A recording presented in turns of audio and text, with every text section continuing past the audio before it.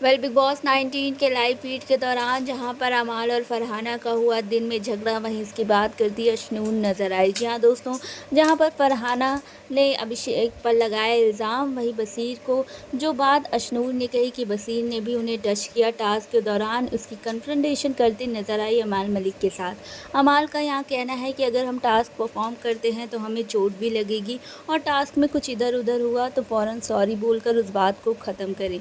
इस बात को फरहाना ने बढ़ाया और वुमेन कार्ड वो खेल रही थी, और जिस तरीके से कल अशनूर को अमाल ने सपोर्ट किया, उसके लिए अशनूर उन्हें थैंक यू भी बोलती नजर आए, जिसे देखकर अभिषेक काफ़ी ज़्यादा जेलस हो रहे हैं, जिसकी चर्चा वो नगमा से कर रहे हैं लाइव फीड के दौरान।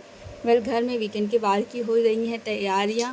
फरहाना और अमाल के इस झगड़े में आपको कौन लगा सही, कौन गलत, हमें कमेंट करके ज़रूर बताएं। और आगे की तमाम खबरों और बिग बॉस लाइव फीड से जुड़ी सारी खबरों के लिए सब्सक्राइब करें चैनल को, बेल आइकन दबाएं।